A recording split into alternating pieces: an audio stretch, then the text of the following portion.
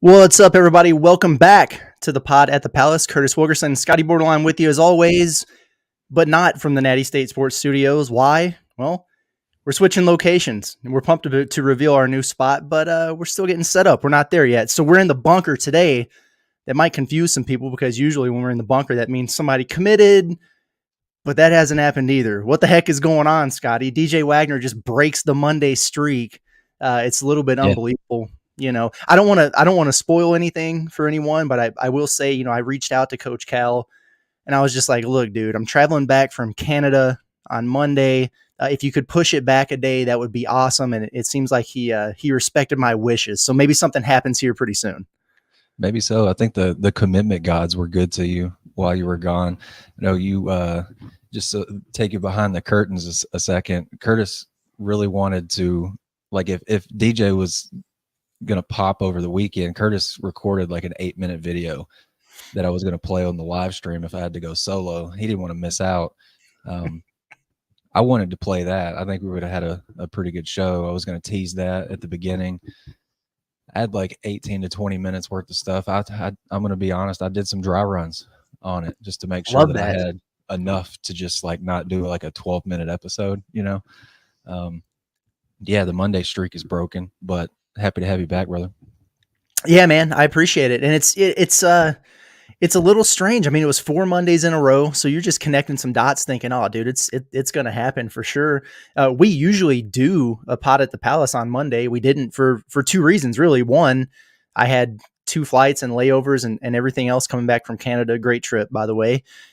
Still drinking, as you pointed out, the Canada Dry. Still drinking the ginger ale. Take me back. But then 2, like we were waiting on DJ Wagner to see if he committed right after his visit. Didn't happen. The streak was broken. And honestly, I think the most pressing thing here is we might have to bust out the momentum stashes again if something doesn't happen today. We're live right now with the full understanding that Wagner could pop while we are recording a show that says how long will the Hogs have to wait on Wagner. There'd be a lot of irony in that, so I'm okay with it if it happens. But we knew that going into this. Yeah, it might have just been 15 minutes more, like after we started or something. Like Curtis was like, "Hey, I'm going to give this maybe like 30 seconds or a minute afternoon tweet doesn't drop right Yeah. before we do this." But yeah, still waiting, man. It's weird. It feels like the 4 days that you were gone were so long, dude. They were so long because I kept every notification on my phone. I have to check it, right? Yeah. And was getting annoyed having to do that. But I think once I got to like 4 o'clock yesterday, I was just like, this is not happening. It's just not.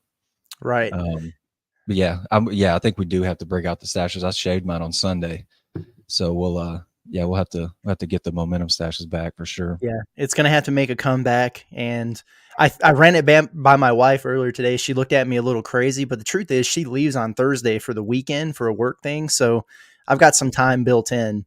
And, I run the show around here. I don't know. People have this idea that she calls the shots, but the truth of the matter is, I just try to keep her happy. It's happy wife, happy life is true. Don't get it twisted though. All right. Yeah, I'm in charge here. And she has not walked in this office to look at me sideways yet, so that's a good thing. But if people can't tell, we're not really tripping about DJ Wagner. I mean, I still fully expect an announcement. We just don't know exactly when that's going to happen. So I think it's going to come hopefully sooner rather than later. It has to because it's May the 14th, and I believe summer classes, the first session, start 2 weeks from today. So ideally, they would have that roster knocked out. And yep, there's Michelle in the comments already. So we knew that was coming. But DJ was on campus over the weekend for his visit. He was spotted at the baseball game with Coach Cal. It feels like an imminent deal. We're not going to talk about it too much though, Scotty, because when it pops, we're going to have to do the whole breakdown on Wagner and what it means for Arkansas and what he brings to the table as a player. But I do want to ask you a question, and there's some intent behind it. Are you a fan of the potential fit with DJ Wagner in Arkansas's backcourt? Yeah, I think I am. For no other reason than just to have another experienced ball handler back there with Boogie, just alleviate some of that year one freshman pressure, like to feel like you don't have to, carry the weight of the offense on your shoulders. I think that's a big deal. It's like DJ, if say Nelly gets in foul trouble and Boogie has to come in, DJ can run the thing, or he can run the show, and Boogie can move off ball, or you could do it vice versa. But I think it just alleviates a lot of things from a young guy, and that's no shade at Boogie. I think he's probably going to be eventually more than capable of, running the show and getting Arkansas into what it wants offensively. I'm good with it, just from the standpoint of, we talked about it before, just the continuity with, Aduthiero and Big Z, and he's super familiar with Cal, obviously. Like Cal, if/when DJ commits, Cal knows what he's got, and a lot of the guys on that staff knows what they have. So yeah, I think it's a fit. I don't think you can ever really go wrong with. Obviously, you can have maybe too many chefs in the kitchen, so to speak, in terms of the ball handlers in the backcourt. But I mean, that would give you 3 that you feel really good about. So if you're in a pinch, I think you got a solution there. Yeah, I agree with that. I think you already knew that. It was interesting though. The other day, I was listening to the Field of 68. Jeff Goodman, who's grown on me a lot, by the way, in recent months, and Rob Douster, who hasn't. They were talking there, and Goodman said he didn't like the fit of DJ playing beside Nelly Davis. And I'm just having a hard time with that one, because I mean, I think both of them have some alpha to them, but they're unselfish players. I mean, I don't, what's wrong with the fit of 2 good players playing together? I don't really understand it. Wagner shared the backcourt with a pair of lottery picks in Antonio Reeves last season. You know what I mean? So we're going to act like pairing him with Boogie Fland and Nelly Davis, who is the 6th man on a Final Four team, by the way, is crazy talk. I mean, I don't know. They share the ball. I mean, I think they can be volume guys if they need to from a shooting perspective, but they had nearly 200 assists between the 2 of them last season. So I just found that kind of strange. And then Goodman kind of went on to say that, it would only work at Arkansas if he had maybe the mentality that he was more of a role player, DJ being. My immediate retort to that is, like, what the hell do you think he's going to be in the league? Right. At this point, a role player. And then he went on to say that DJ might be wise to consider some of the places who have like missed on other guys, like a Seton Hall, which that would make a little bit of sense given the regionality. Sure. I like Shaheen Holloway, but he also threw Oklahoma out there. And so you're telling me that the best thing for DJ Wagner is to pass on playing for a Hall of Fame coach who has more players in the NBA than anybody else in the country, with guys who you're familiar with and used to playing for, to go to Norman and be a chucker for Porter Moser. Get out of here, bro. I mean, come on now.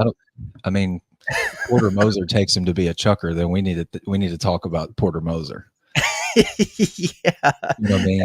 But I think he's a fit, because like, if you just want to use the DJ and Nelly deal, I think if those 2 are on the floor, I think DJ's probably going to have the ball in his hands, and he's going to be setup guy. Mm-hmm. It's like, I don't think you play DJ as a 2 because the jump shot's not there yet.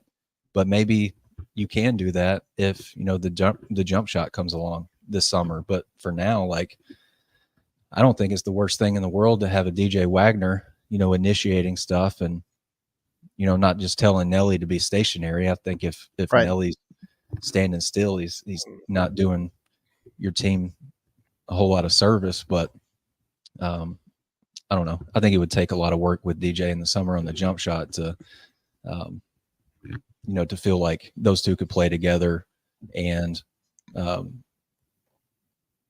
have Nelly on the ball. Yeah. More than the other way around, if that makes sense. For sure. Yeah, for sure. And we'll obviously talk about it a lot more after the commitment comes, which we're expecting. And in fairness, like, if something did fall through on that front, things get interesting there in the backcourt, given what's kind of left out there. But I mean, no signs of concern for me at the moment here. At any rate, it just feels like it's kind of a waiting game. But DJ's not the only player that we're kind of waiting on. We got our eyes on here, and we'll talk about a few more of them. But first, I want to take a moment to tell you guys about our friends over at Signature Bank. Signature is a privately held boutique bank that's redefining the banking experience in our region. They blend the warmth and familiarity of a community bank with the sophistication of a commercial bank and the expertise of private banking to deliver unmatched levels of service. If you're looking for reasons to bank with Signature, there's plenty of them. They're personally invested, business-minded, community-focused, right-sized, and forward-thinking. Make sure you get over and check out one of their Arkansas locations or visit the website www.signature.bank to learn more. And so we've kind of been talking about, the roster and how things are going to shake out there. DJ Wagner being the biggest domino left in the backcourt, unless they were forced to pivot elsewhere or maybe add some more reinforcements. And we'll talk about that a little bit later. But beyond that, all eyes are on that power forward position, that 4 spot, or the wing, a hybrid 3-4, whatever. But it feels like all eyes are pretty much on Kayson Prior right now out of South Florida. Scotty, I don't know, man. This has been maybe equal parts fascinating and frustrating for me from a recruitment standpoint to follow, because it's really been buttoned up for a guy who appears to enjoy the attention that comes with a lot of cryptic tweets and Instagram posts. I mean, he puts them out there daily. Hey, more power to you, brother. I get it. But it has been kind of funny to watch. Every time he puts out a post, he'll tweet out an emoji or, soon or whatever. And then it's just flooded with Razorback fans. So if he's doing it for attention, he's getting a lot of it from Razorback fans. I would imagine that kind of speaks volumes, to him, at least in terms of who's the most excited about him. Now there's other factors there in terms of role and fit and playing time and NIL and all of those things. But I don't know, man. At any moment, I was alone in Canada long enough to check in on Prior. I was trying to do that. I like Arkansas's chances here. I really do. To a man, everyone that I've talked to or exchanged messages with regarding Prior, like the conversation starts with Arkansas. But the one thing that's kind of keeping me from calling it, a lock is I think there's still just like this aura of mystery involved with him, because it's just kind of been a quiet deal. There's some rumblings out there that he might not even try to take visits before he makes a commitment. So there's still a little bit of unknown, keeping the eye on St. John's and maybe another school or two. But it feels like momentum is trending in Arkansas's direction. And again, hopefully the waiting game doesn't take too much longer, whether it's him or somebody else, because you're 2 weeks out from needing, as many of your guys as possible on campus, because you're going to start practicing. Yeah, no doubt about it. You mentioned what they're like 2 weeks from what is it, a summer semester beginning or something like that? I mean, typically, I know at least when Eric was here, guys would get here like Memorial Day weekend. Yeah, I think that's right. Later this month. Yeah, going back to the emoji thing for a second, I don't think there's anything that gets this Arkansas fan base going more than some cryptic emojis, right? Like, no doubt. Oh man, it gets the gears going for sure. Yes. But yeah, it's been this Kayson Prior deal. It's like we found him, and then we started watching tape, and we're like, oh my god, like this dude did it on the last pod. But I found a really interesting quote from Amir Abdur-Rahim. It's like rebounding, check. Block shots, check. Steals, check. He just does so many things. Arkansas is just a school that like continues to come up, kind of like you mentioned. But we just don't know, because the kid doesn't say anything. He only talks in emojis. And so it's difficult to, I just kind of don't pay attention to it. Like it's just an emoji. I'm not going to spend a whole lot of time racking my brain about what a single emoji means. But yeah, like I've reached out to people to try to get intel on him, just kind of more along the lines of like what kind of a player he is. And I think you can kind of glean that from his tape, but I haven't been able to get back anything other than a story that was on usfbulls.com or whatever, which was pretty insightful. Like learned that, he's the son of a former professional basketball player in, gosh, I'm going to butcher the two countries, but former professional ball player, coach, traveled all over the place. And so I don't think it's going to be like a huge deal for him trying to fit in on a new roster, regardless of where he goes, because he's had to basically reacclimate himself to all these new environments throughout his life. So I think he would be, I don't think he would be much of a fit issue, but schematically he would be a fit problem for opponents. There's no doubt about it. Like 6'10", favorite players, Kevin Durant. I think you can kind of see some semblance of that in his game. He sees a slower footed four in front of him, man. He's going to drive the ball right at him and force that big dude to move his feet, or guy's just going to get out of the way, or he can step back and knock down a shot. Like he's a tough matchup, and there's a reason why he's one of the top rated guys in the country in the portal. I mean, his versatility is what's made him a super hot commodity this spring. Yeah, no doubt about it. I really do love the potential fit there, like you said. It just makes a lot of sense in terms of the versatility that it gives you, because he is a guy who can play and thrive at the four because he's got so many perimeter skills. He's also good enough defensively, tall enough, long enough to where he can protect the rim as a five if you go small ball.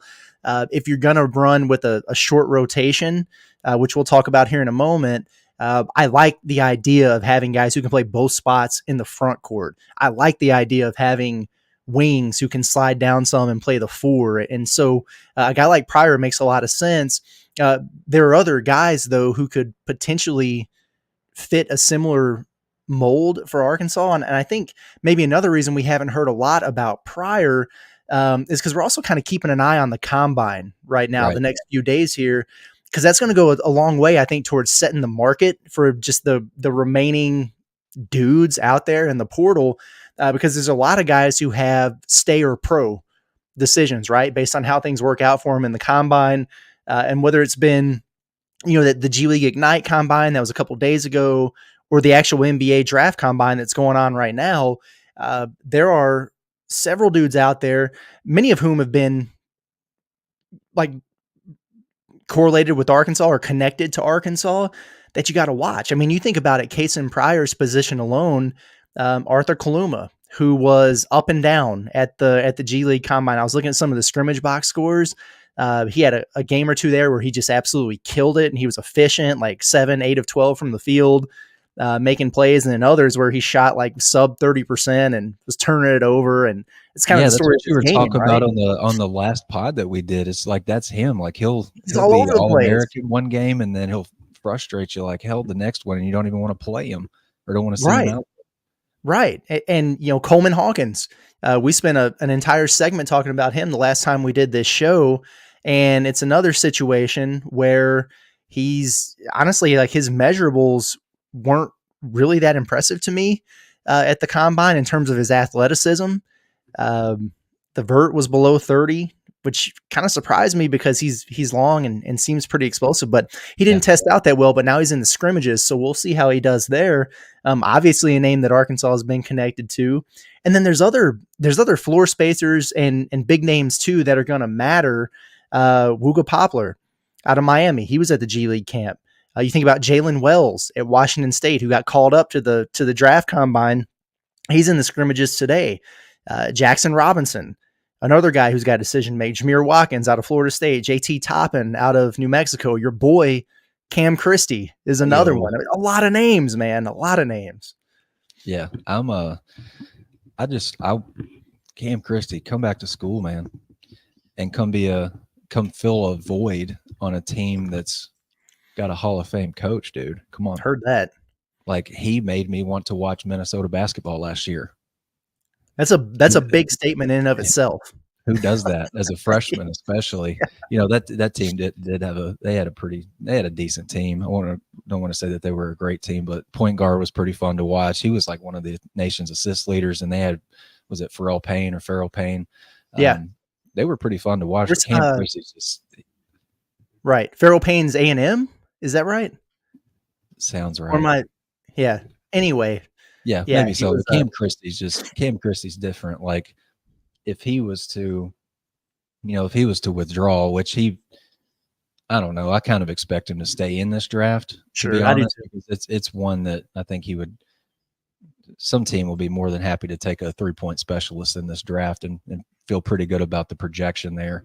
You know what? Like, he would be I don't even want to call him a consolation prize, but you know, you remember a few weeks back when we thought that Arkansas might be in the running for like a Kobe Brea or somebody like that. That would be Right. a good, counter punch to what Kentucky got there. Yeah, no doubt about it. I'm just a huge fan. Huge fan. He's really, really good. And all these guys, I mean, they do have, it's a pretty interesting decision to make, and it's not that cut and dry. I mean, on one hand, the draft sucks this year, so it kind of lends itself to the idea that you could potentially go higher than you probably ought to if you stayed in the draft. But on the other hand, I mean, some of these guys are probably looking at Great Osabor and thinking, hey, if an undersized Mountain West center who can't shoot outside of 10 feet is getting $2 million in NIL next season, what can I get from a desperate program in a bidding war that's looking to make a late splash because maybe they missed on, another top target or whatever. So, I mean, the prices are driving up there. I mean, Coleman Hawkins himself was even quote tweeting Great Osabor making $2 million, kind of like, really now? So understand what you're getting yourself into with some of these guys who are going to come out of the draft and go back to college. Like, the market has shifted in a major way. I saw somebody, maybe it was Kyle Tucker. It was somebody that covers Kentucky that was saying essentially Cal got all of those freshmen last season at Kentucky for under $2 million combined in NIL. Wow.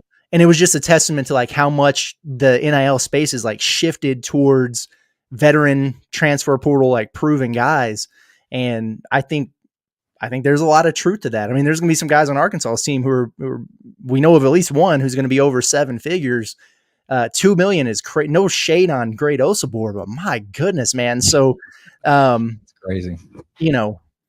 I don't know what the market is exactly for a guy like Prior. I would imagine it's not going to be quite as high as some of these other dudes. I would take Prior and be done with it because I just think he's as good or as good of a fit, at least, as anybody else who's out there. But if you really start going after some of those fish who are coming out of those draft waters, understand what you're getting yourself into. Like it's going to cost you if you're going to make those moves for sure. Yeah, there's no doubt about it. And I think, if Prior's asking price is a lot, I think maybe some of these schools can be like, listen, dude, we think you're a great player. You could really help us out here. Played 52 total minutes at Boise, had to go JUCO, and then you've proven yourself at the D1 level for 1 year type of deal. Maybe a reality check is what some of these kids need, man. $2 million for Great Osabor is wild. Yeah, that is nuts. And they wound up getting Kentucky wound up getting Brandon Garrison, a former McDonald's All-American and a dude who started in the Big 12 for $800K.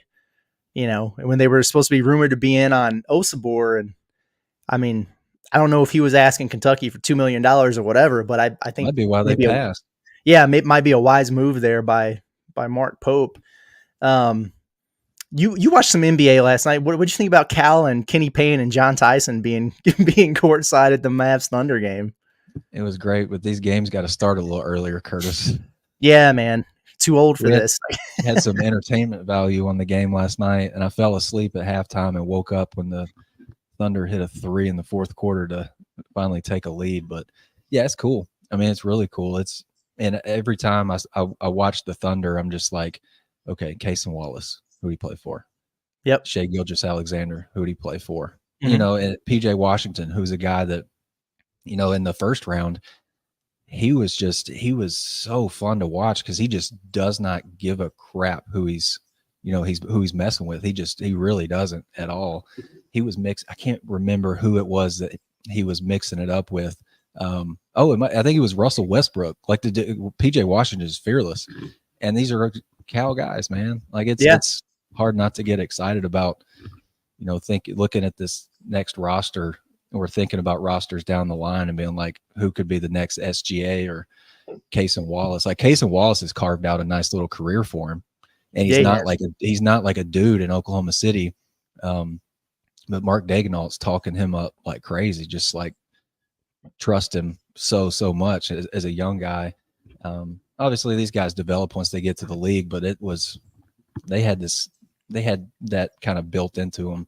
They were in college, otherwise they wouldn't have been really, really good players. But PJ Washington's playing like playing like an X factor in a playoff series, which is just Right. nuts. And one that, playing alongside Luka, and you got Daniel Gafford in there, some Arkansas flavor too on the OKC Dallas series. It's fun, but those Kentucky guys they're showing out. He's about as fun of a watch as there is. He hits some of the toughest turnaround jumpers I've ever seen, but it's Oh cash. man.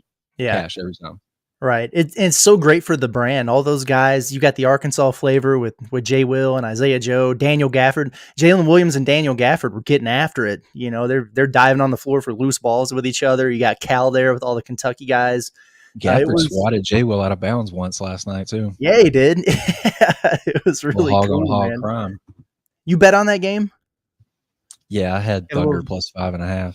Okay. Yeah, had a little bit of scratch on it. There is a new and unique way.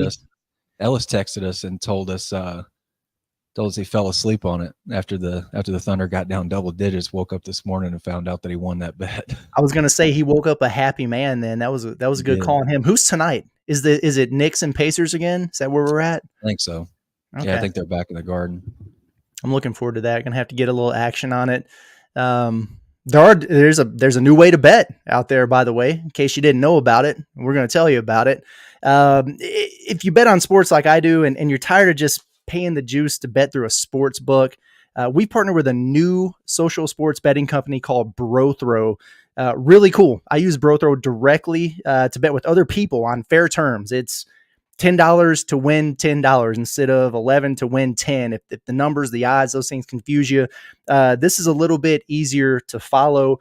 Brothr is legal in all 50 states. It's free to sign up. You got to be 18 to make an account, and it pays even money. On Brothr, bettors create and accept bets directly with each other instead of paying more to bet against the house.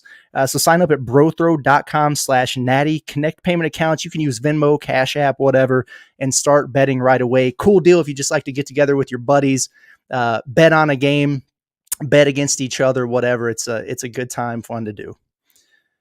Scotty, we've written about this, but I don't know that we've talked about it a ton. I think we touched on it maybe the last time we were doing this. Cal's comments were interesting, I guess, to say the least, when it comes to capping the roster at 8 or 9 scholarship players. I wanted to play a little bit of a game of buy or sell with you and see what you thought about this. I want to do it really from two different lenses, I guess. First of all, do you buy or sell that Cal is actually going to follow through on that statement, that he's going to keep it to 9 scholarship guys? I mean, you get DJ and Kayson Prior. I think you can call it quits, right? That would be 9. Mm-hmm. It'd be 9 guys. So I would, I'd be okay with that, especially like with a Jordan Burks going to Georgetown. Yeah. I mean, that's a depth piece that I don't know, maybe, that was really called that one a long time ago. Like it feels like ages ago. That was a depth piece that I don't want to say that you missed on, but you just don't have now available anymore. Right.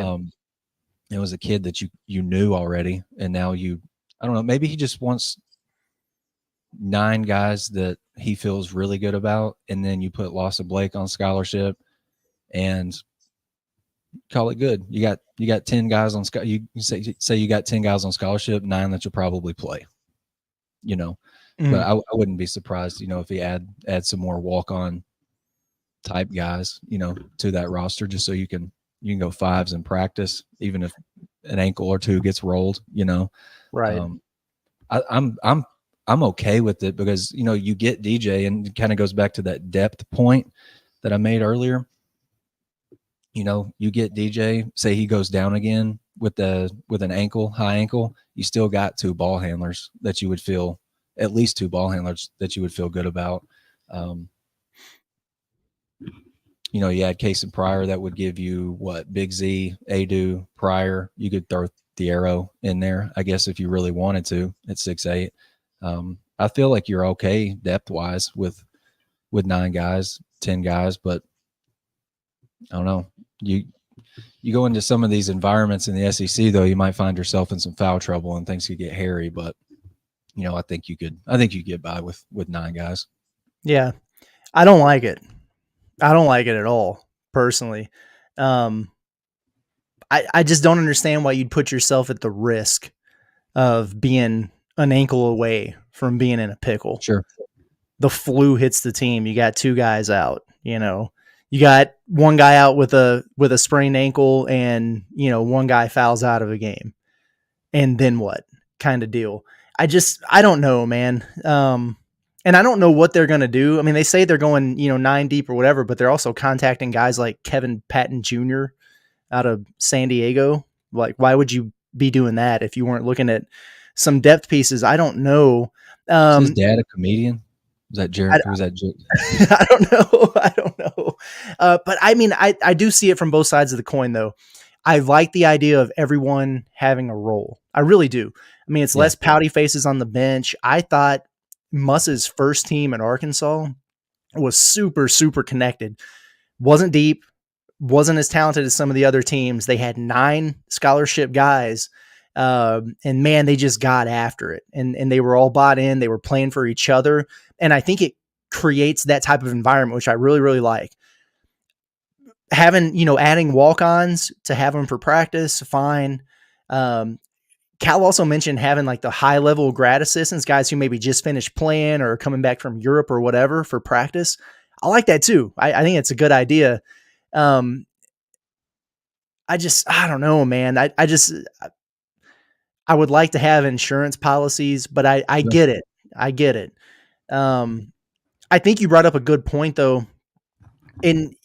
In terms of depth, like I think there's enough versatility on the wing and in the front court, especially where you're okay. You know, like you said, you've got Carter Knox and Billy Richmond and Thiero who can all play the 3. You got Thiero who can play the 3 or the 4. You've got, let's say they get Prior. He can mix and match at multiple positions. You got Z and Adu who can, you know, mix and match at the 5.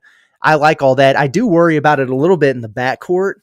I don't know. It seems a little thin. I mean, DJ and Boogie and Nelly, that is 3 guys, but you're going to be starting at least 2 of them. So if, you know, let's say DJ hurts that ankle again, then you start Boogie and Nelly Davis, and then what?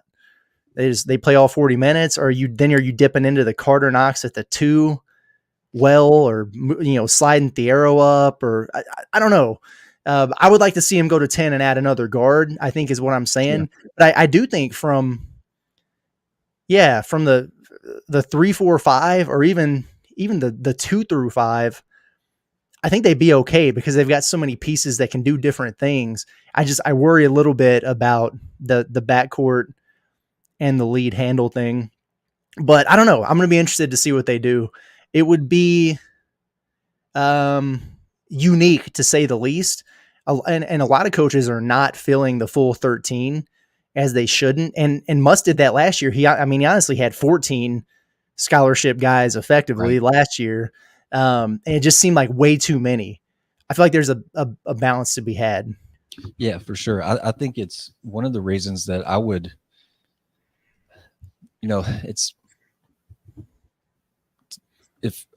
weird to say if I was a coach, but, you know, like Eric last year, for example, he just went out and it felt like he was getting the best he could for like every position. And that's just too many mouths to feed. Yes. Almost like you legitimately can't, like you mentioned earlier, you can't keep everybody happy that way. And the quickest way to try to, you know, the quickest way to make yourself miserable is to try to make everybody happy at one time. Sure. And like you can only play 5. You can't play 11 at a time. You know, Arkansas fans like to see 11 or 12 guys get thrown out there in a half. I don't necessarily like that. I would like to see, you know, you get like 8 or 9 guys that you really trust. But then again, I think you made a great point just about the insurance. Like there were points last year after games where I could tell that Eric was sick. You could just hear it in his voice. And then, you know, when we were going up to grab our recorders or whatever, he'd be like, yeah, man, this stomach bug, this virus is going through the team. And we got like, you know, 4 or 5 guys who don't feel like themselves.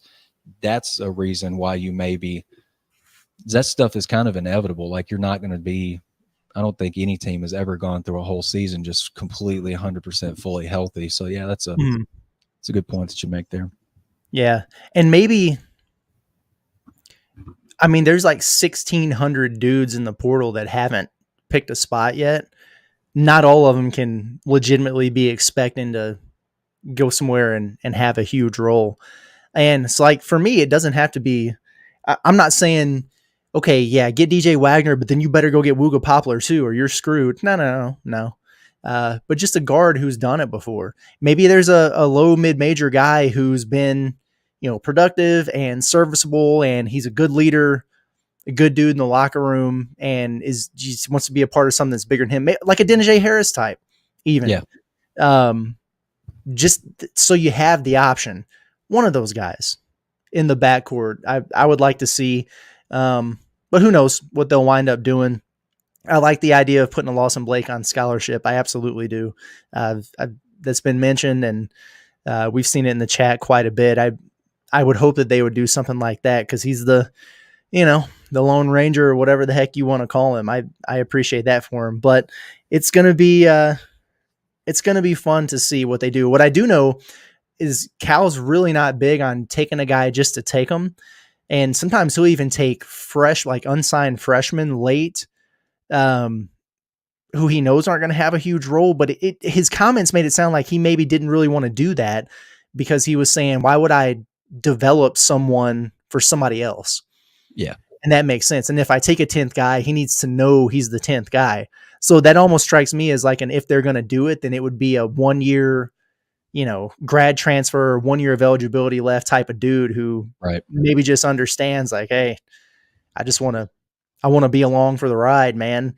Yeah. And maybe that's tough to find. And maybe you don't even want to waste your time going through the trouble of identifying who it is. But if you do, wouldn't mind seeing it in the backcourt, maybe. You remember, you listened to that podcast. I know you wrote the story about it. Do you remember how he said that? He's like, why would I recruit somebody for somebody else? Yeah. It was like the most conviction I've ever heard in like a single statement before. Like, why would I recruit somebody and then have him transfer and, try to develop his game for somebody else? I know that he meant that just by the tone in his voice, just the cadence, the conviction behind that statement was crazy. Yeah, it was. That was hilarious. And it's going to be neat to see how they, just to go back to another point that he made there. How do we feel about them bringing back, some young guys who are just finishing their playing career overseas or whatever, guys who played D1, grown men, I guess, to essentially make up the scout team. I love it. Like if you got your 9 guys or whatever in the rotation and they're working against pros every day, I mean, there's something about that I think could be a lot of fun, man. Yeah, there's no doubt. And like a lot of these the freshmen that are in this class, like they've played, good level, at a really good level in high school ball. And they'll be coming in against, grown men that have been around the block several times in college. And then you get kind of another, I don't know, just another layer of that with guys that have played professionally. I think it can only do really, really well for those guys' development. I think it'll open their eyes to the college game, and then open their eyes potentially to, where these guys had been playing ball, and just kind of, the brand of ball that's played wherever it was they were previously. I think it'd be really good for development. It's a really intriguing idea, but I think it's a really good way to make young guys on your team that you have grow up really fast. If they're around guys that have been in college ball for a while, and then guys who have, played all over the world. Yeah, for sure. Now we'll make one more point, and then we'll move on to something else, and we'll get to the chat and get out of here. I think back to Kentucky's season last season, and at the beginning of the year, pretty much all of his bigs were hurt. Like Z was ineligible. I guess Onyenso was hurt. Who else was out? Bradshaw, maybe. But like all those guys were hurt, and they were just playing Trey Mitchell a ton. Burks was having to play quite a bit. They were really hurting in terms of depth, but they were kind of playing their ass off. Like they looked really, really sharp. And then you start adding those pieces back, and it's different adding pieces back once you're into the season and you found some continuity already versus doing it, throughout the off season in practice and it's kind of knowing what you're getting yourself into. But I wonder how much that has weighed in on him, thinking, well, heck, man, like we weren't as talented or deep early in the year, but the guys were playing for each other together. They knew what their roles were and it really worked. And then all of a sudden we're loaded. We got more pieces than we know what to do with. And some of the struggles come in. So maybe that's something he's thinking about too. Now I went back and looked at their roster and I'm not for sure who all was on scholarship and who's not. I counted at least 11 scholarship guys on that roster last year. And 11 dudes who I look at and go, there's a pretty good case there for a role, and then they had, 4 or 5 guys who were pretty clearly walk-ons or, lower level recruits that were just there to take up space in practice or whatever. So yeah, I mean, we'll kind of see how it turns out, but we're getting there. We're getting a little bit closer for sure. Let's talk about, how about we talk about a little non-recruiting news for a change to wrap Sounds up good. here. How about that? The SEC opponents for next year, they were released yesterday. I have mixed feelings about it, but I wanted to get your take on a few things. First of all, obviously, Kentucky only once. I mean, are you kidding me? Like SEC, what are we doing here? What are your thoughts on that? And then how do you feel about it being at Rupp only in year one? I mean, I obviously don't like that they're only playing once, but I think in a way them only Seems like a playing ball once. drop, man. Yeah, for sure. I will say though, I think it heightens the anticipation for that one game, and it's like it's going to be a ratings bonanza, which is what TVs want, right? Sure. I'm sure that's going to be a Saturday game, late February, early March, CBS, Rupp Arena. I mean, it's going to have Yeah. Super Bowl vibes. Like it's going to be a freaking madhouse. I don't like that. Like the SEC's just feels like they're forcing Missouri on Arkansas, Man. which I mean, look, I like Missouri's transfer class so far, minus the Jacob Cruz kid. Like the rest of their guys that they have, like was it Tony Perkins and Marquez Warwick, and they got somebody else that I like. Mark Mitchell. Mark Mitchell, yeah. We'll see if Arkansas guards him again this year. I doubt that they will. I'm also like I'm not crazy about. I like the Texas home and home. I like that a lot. Like that's going to be interesting. The Tremont Mark factor, the Arkansas Texas history is cool. I'm kind of excited to cover that again. Just because I'm young enough to where I don't really remember or know about like the height of the Arkansas Texas rivalry stuff. Right. I think that'll be neat. But I'm not crazy about home and homes with LSU and Missouri. I'm just really not. Like I don't like it at all. Don't really do anything for me. 4 wins. Yeah. Other than that, I mean, Yeah, probably so. Yeah, I don't know. I am glad that what we were texting about it yesterday during one of your layovers. I like that Alabama's coming to Bud and Arkansas and Bud is huge. Not having to go to Alabama. That's yes. Eric is probably happy for Arkansas that they're not having to go there, even though he's not here anymore. Like that's just what did he joke last year?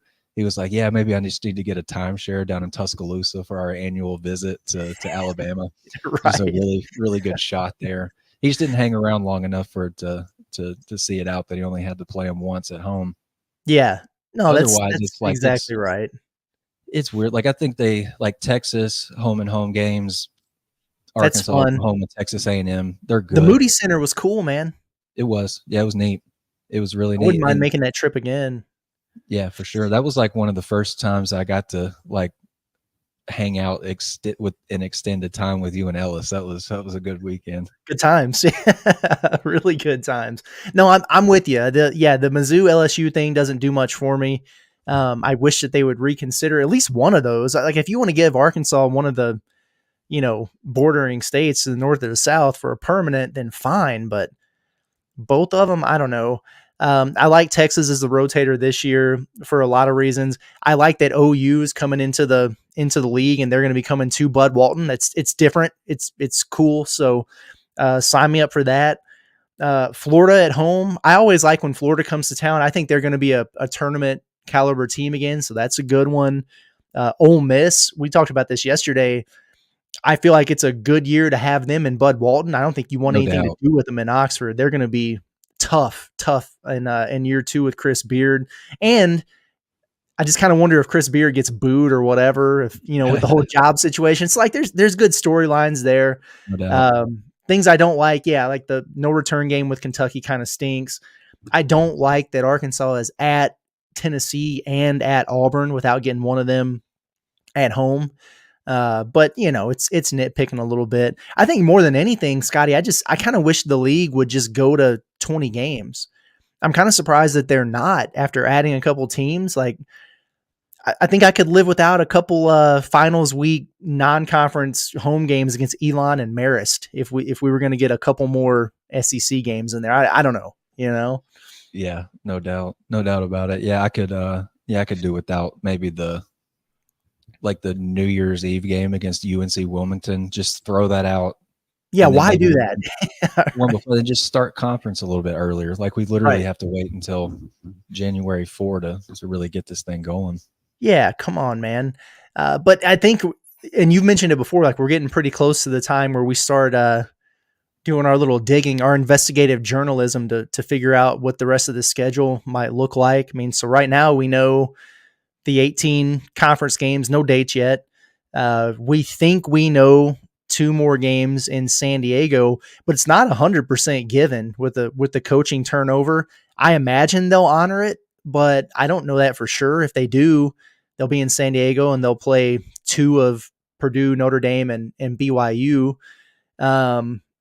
Arkansas will likely be on the road against an ACC team in the SEC ACC Challenge. Who knows who that'll be against? Almost certainly will not be Duke. And so, there's 21 out of 31 games that you have a reasonable idea about. And then after that, we'll see. Like we know Cal is big on those neutral site, like showcase type It's of like a games. one-off game. Exactly. Yeah. Not so much the big tournaments or the Mauis and everything like that, but they'll go play in the Champions Classics, whatever. Have some of those marquee neutral site games. So I would anticipate they'll get a couple of those. I'm really anxious to see if they do any true road games in non-conference. That's something that Muss really didn't like to do very often. And I'm anxious to see if they're able to get any headliners into Bud Walton. It's easier said than done. And people they would get pissed about that every year with Muss. It's people don't want to come play in Bud Walton Arena because they know they're going to lose. And it's not about a buy game in a lot of cases because you want to get high major programs or whatever. You also have to usually agree to go play at their place the following year, whatever. So I wonder if we wind up getting some kind of neutral site thing or maybe an agreement with a Memphis or whatever. We hear Penny chirping all the time about it. So maybe it'll actually happen. I don't know. I've already written the story on that one if it happens. So we're good. To go. Okay, good. Yeah, we're already set. Any Arkansas Memphis stuff pops up, my antennas go up. Yeah. Nothing ever happens, but you never know. I will say this about like maybe a true road game. A couple of years ago, Gonzaga went to Rupp this past season. Kentucky went there the year before. So Cal's not foreign to these home and home games. Awesome, and so, you may wind up you may do a home and home with, like a really, a top tier program. You might just play that home game this year and the road game next year. So, he could still make it work, but might not happen this year. Yeah, get at least one big time game like that on the docket this year for a home and home. I mean, why not? And it's easy for us to sit here and throw out hypotheticals, but like, why not Arkansas versus Kansas at T-Mobile in Kansas City? Sign me why up. Not? I mean, that would be awesome. It'd be incredible. Why not? I don't know, Arkansas and Illinois and St. Louis, or I don't know. Like there's a lot of possibilities there for neutral site kind of things that would be a lot of fun. Play Cal needs to get on Baylor. the phone with Orlando Antigua, get that Illinois game rocking. Yeah. Call your boy and tell him he owes you a solid for dipping out on the process. And getting Big Z's brother. Yeah, gosh. You could reunite the Ivisich boys. I think we just stumbled across something that needs to happen. Is what I think we did. Yeah. Doing some Dobo's job for him. Yeah, you're welcome. Oh man. All right, let's get to the chat and then get out of here. Let's see. We'll start at the top. Leslie Byram says, not just him, but do you have an update on the Prior kid? Yeah. Check out a little bit early in the episode. Talked about him.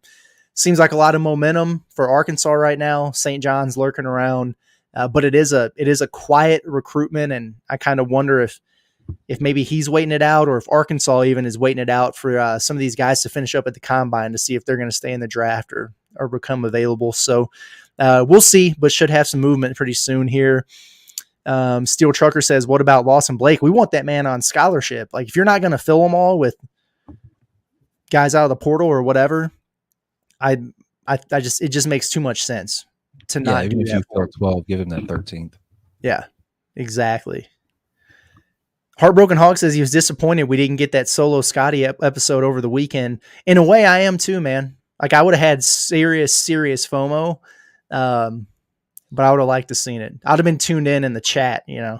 Yeah, I was ready to go. I had the little ad markers in the script I had written out. Yeah, I was ready to roll, man. I was just worried, like, me and the family went down to the in-laws over the weekend, and my father-in-law was like, something happens, you're going to count on my internet to go live for your listeners. I was like, man, I got to do what I got to do if it happens.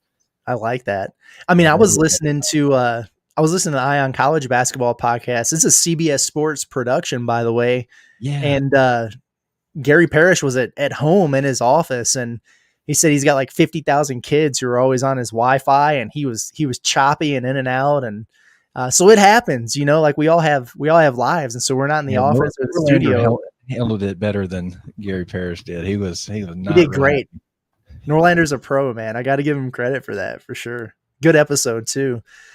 Jonathan Mosley said, I thought Curtis moved to the Northeast. Glad you're still here. Now, listen, I had a really, really good time in Canada, and we got a little bit of everything. I mean, we spent a day and a night in the city in Toronto, went to a Blue Jays game, which was a lot of fun.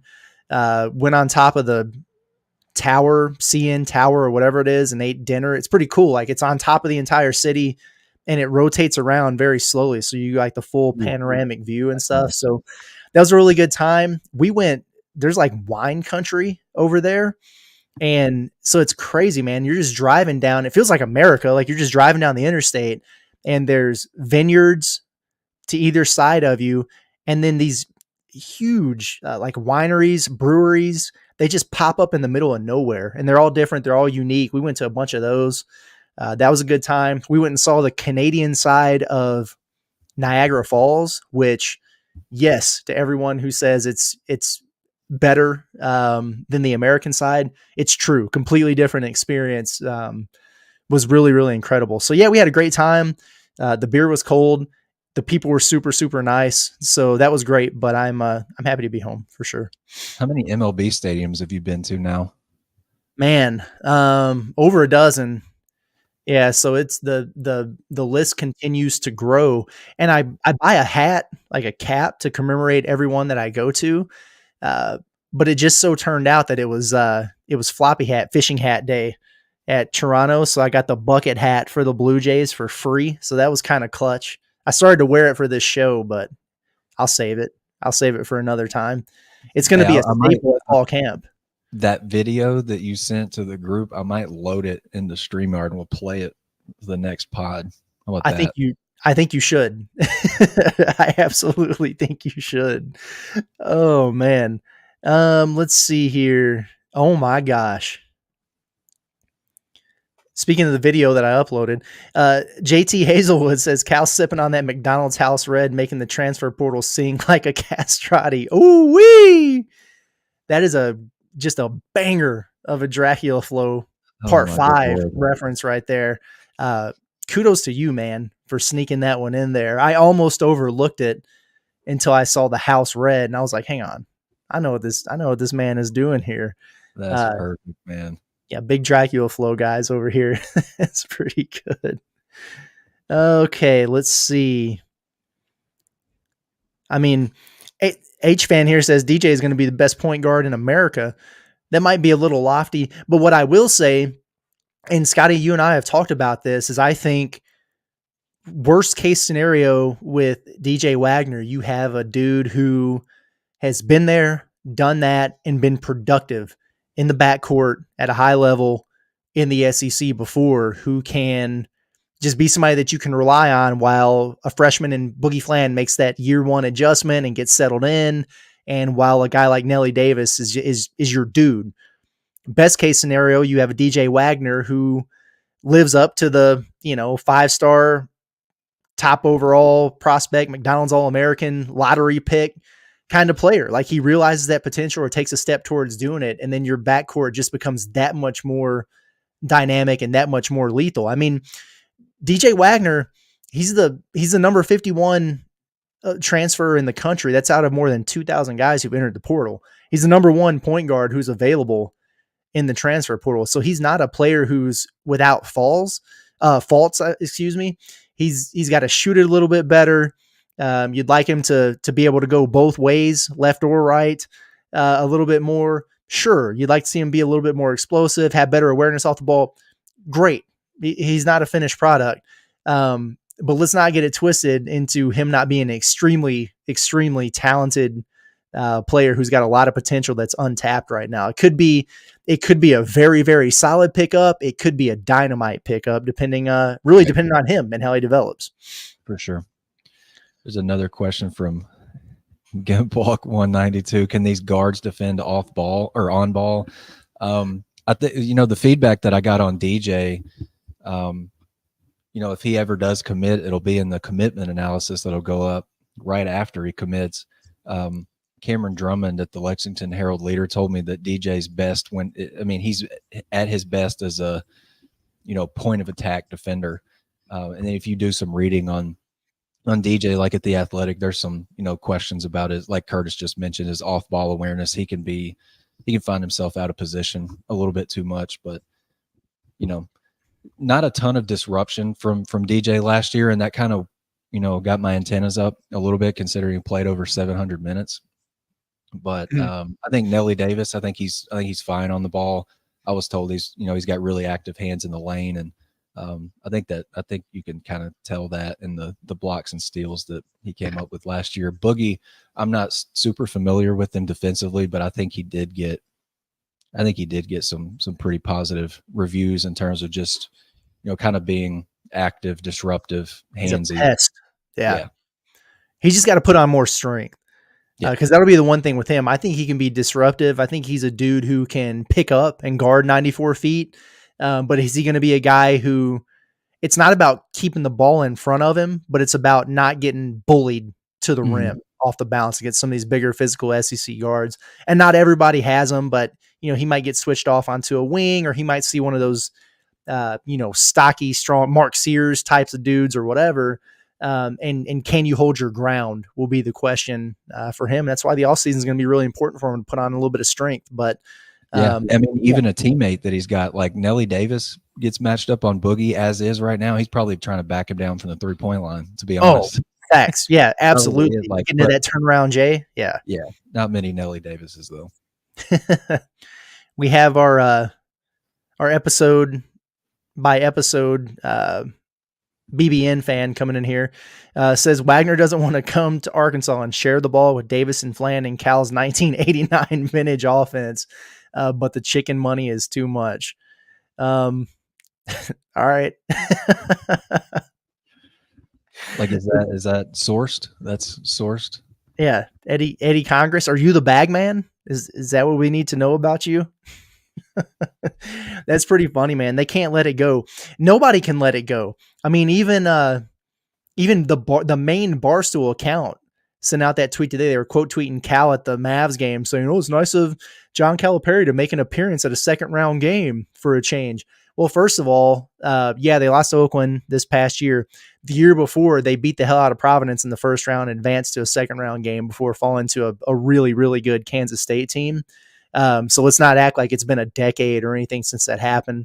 Realize the last few years haven't gone well, but it's interesting and fascinating to me how reckless people continue to talk about an active Hall of Fame coach who is top 10 all time in wins, has 6 Final Four appearances in a ring. So maybe a little bit of a measure of perspective would do some people some good. Yeah, preach. Yeah, that's all. Anyway, let's see. H-Fan says this Jackson Robinson stuff legit. Scotty, I don't know if you saw any of that, but I guess somebody over at KSR was saying source told him that Arkansas and Kansas were the biggest competitors for Jackson Robinson with Kentucky if he comes back. First of all, I think he's just going to stay in the draft. Second of all, has Arkansas been in touch with Jackson Robinson or his people? Yeah, I absolutely believe that. I don't think it's maybe as far along as this dude thought. I'm really not seeing it in terms of a reunion, unless things went south with Prior or DJ Wagner, and you really need to go out and make some moves there. But to me, Jax is very much a wing, and you're kind of you're almost tapped out there unless you just really want to commit to Thiero at the 4, I guess. But I don't see that happening, but I do know where it came from and have no reason to doubt that, that reporter heard it from a source or whatever. But it might've been embellished a little bit because I haven't really heard much about it elsewhere. Yeah. I mean, Jackson Robinson too, he is what he is. You know what I'm saying? Yes. In terms of like, which is an average shooter. Yeah. He's a guy. I mean, it didn't work for him the first time at A&M, didn't work for him at Arkansas, worked for him a little bit at BYU last year, but you look at his in-conference numbers, he shot under 30% from 3. Right. Which it's not easy to shoot super high volume. Yeah. Against really physical guards in the Big 12, but still those numbers are what they are. And he doesn't bring just a ton of versatility. I don't feel like to your lineup, like he is a 2, like he could probably slide to a 3 right, if need be, but I don't think you're counting on him for ball handling, and then you're not even thinking about it as like a small ball 4 or anything like that. He is what he is. Yeah. Yep. Agree with that. For sure. I would think in terms of pecking order, like say if a bunch of those dudes came back, I do think Arkansas would be more in the market for somebody to fill that 4 spot. We've talked about a bunch of names there. And then at the wing, if a Jalen Wells from Washington State decides he doesn't want that second round money or whatever, and he wants to come back to college, that's a dude I could see Arkansas ramping up the pursuit big time for and offering a huge bag to. Jax, I don't necessarily see it, but hey, stranger things have happened, and it would be amazing. Like he's got the chance to do the funniest thing here with, I mean, let's be honest about how funny that would be if it went down. And listen, take all the shooting they can get, but like you said, is he a knockdown shooter? I mean, he can be. He gets hot.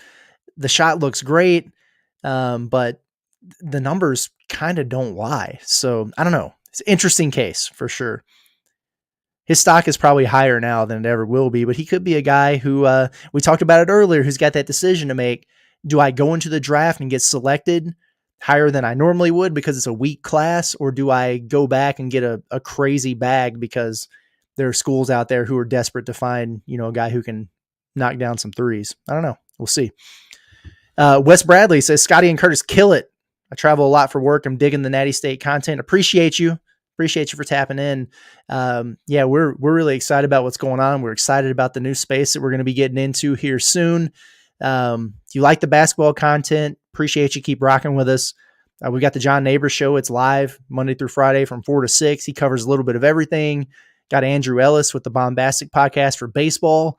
What they got? Is this the last series before they get into regular season series? It's going to be a good one too. Yeah, at A&M. Boy, it'll be fun.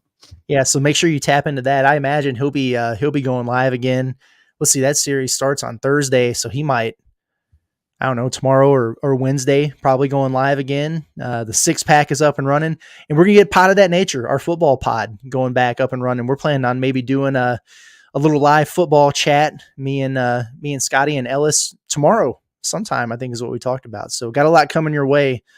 Plenty to listen to if you're on the road. We put everything in podcast form. You can check it out on YouTube, all of those things. Let's see. A lot of people in the chat are just going at the Kentucky fan that came in there, which you would expect. Good job. Dang, the Arkansas chat got hands. Yeah, I like that. Golly.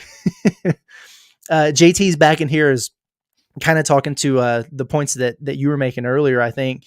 Having two versatile players like Nelly and Prior, the lineups, set plays, unlock so many different lineups. Nelly could play the 1 through the 3.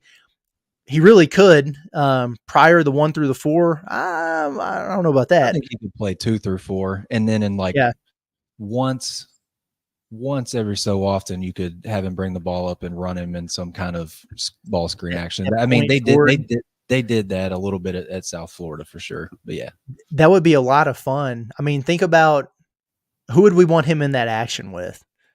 That would be the most fun. Do it inverted, make it Nelly. There we go. Yeah. Yeah, that could be a lot of fun. You remember when year 1 Muss, when he would just have Mason and Isaiah Joe just kind of switching off and some of that ball screen? That was a lot of fun. A lot of fun. I remember late in that Valpo game that they almost lost, if not for like an Adriel Bailey block at the top of the square. That's what Eric went to late game, was Mason with the ball in his hands, Isaiah setting picks. Like, it's tough to defend. It's pick your poison. Dude, that would be a ton of fun. And I like that idea. And obviously it's a different coaching staff now, but even last year, I don't know how much they actually wound up doing it, but early on in practices, in the preseason, Muss was using TB as a ball handler in a lot of ball screen action. And a guy like Prior might be better served to do something like that. But hey, shout out to TB for testing out really well at the combine. I'm anxious to see how he does in the scrimmages.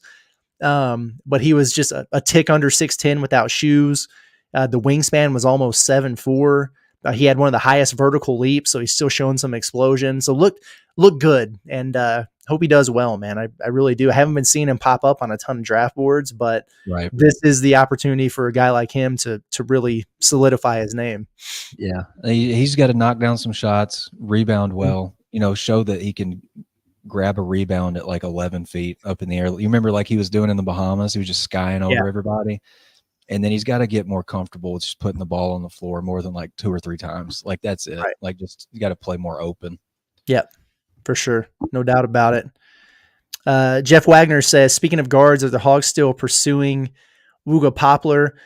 Yeah, but like I don't know how hot that pursuit is compared to some of the other schools. Like I think probably the priority right now in the backcourt would be DJ Wagner. What I will say about Poplar is I've been hearing a lot of Villanova smoke lately, which would be, I think that could make some sense. I think Kentucky fans were excited about some of the possibility there, but yeah, Villanova has been the one I've heard picking up a little bit of steam the last couple of days. So I don't know. Does he strike you as a Villanova guard? Not as much as KB. Yeah. To be honest. I think he could make it work there. Yeah. I think Poplar would be a better fit at Gonzaga, and Caleb Battle would be a better fit at Villanova, personally. Yeah. But what do I know? Yeah, I think you're probably right. It's funny. Yeah, we got a good one here. He said, do you guys talk basketball in your sleep? I've never watched so much basketball in my 63 years. I even won our tournament board at our hospital where I work. We do talk basketball in our sleep. Absolutely. Yeah. It's to answer your question. That's exactly what we do.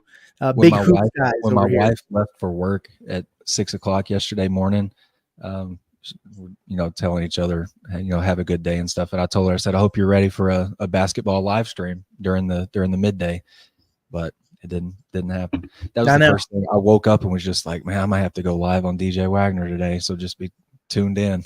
Yep. See you. Have a good day. Exactly. Let's see. Chandler Harper says, any word on Wagner visiting Florida? Haven't heard anything else about that.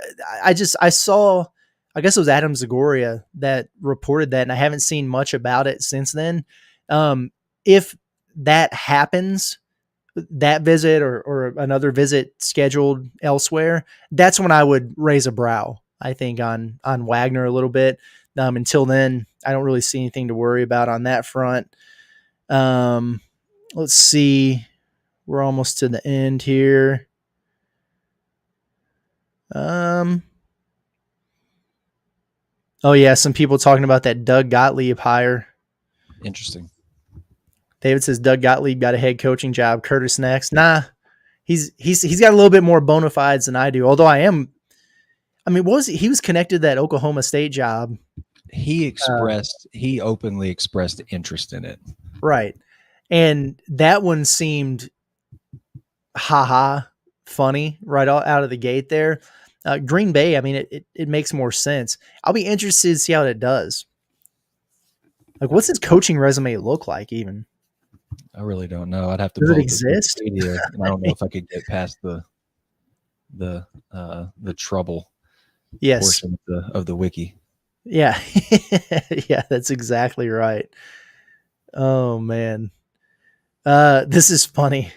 HH says, Ellis said y'all will be taking baseball questions. When does that happen? I mean, fire away. Fire away. We're ready to talk. We'll talk baseball. We'll talk whatever, you know. I sent Ellis a text the other day when Gackle closed that series down. I texted him Gabe Geikel. Yes. I mean, he is a guy, man. Like, he is tough as nails. Year one dude. I'm all on the board, all on board with Gabe Geikel. Yeah. It's nice to see on a weekend where the rotation really struggled. But some of those guys in the pen were able to hold it down, and that the offense was able to respond enough to get those guys a series win. I mean, late in the year, you don't like to see that out of a rotation, although it's really not uncommon for, a series or two late in the regular season to have just a couple, a rough turn or two through the rotation. They kind of figure it out again before they get to the postseason. But it's nice to see the bats start to heat up for sure. Yeah, for sure. It's the Arkansas answer backs, man. That's what they are. It's That's right. Get down 6-0, 7-1, Texas Tech, they can put some runs on the board. I think Hudson White's given them a lot. That's been fun. And I mean, Peyton Holt's a dude. Like, he just every weekend he's on Sports Center for some defensive play, and then he's, the Greenwood is really showing out. The Greenwood is really showing every weekend for sure. He's right. A lot of fun. But and it's crazy too, right? Like, Hagen Smith gave up 3 runs in a start the other night, and everybody was like, "Oh, this guy, he just set such a ridiculous bar for himself." He struck out 11 or something. Is that? Yeah. That's a tough spot to be in. But what a bum! What are you gonna do? This is a good one here. Pigpen, $1 million a year. Is it reasonable to expect 20+ points a game? So let's just assume that's about Nelly Davis. I don't know about labeling like putting a points per game total on it. But like, what is his WAR, since we're talking baseball? Like, what's the return on the investment? Total points produced, like points plus assists, Yeah, that kind of a thing. I think that goes hand in hand.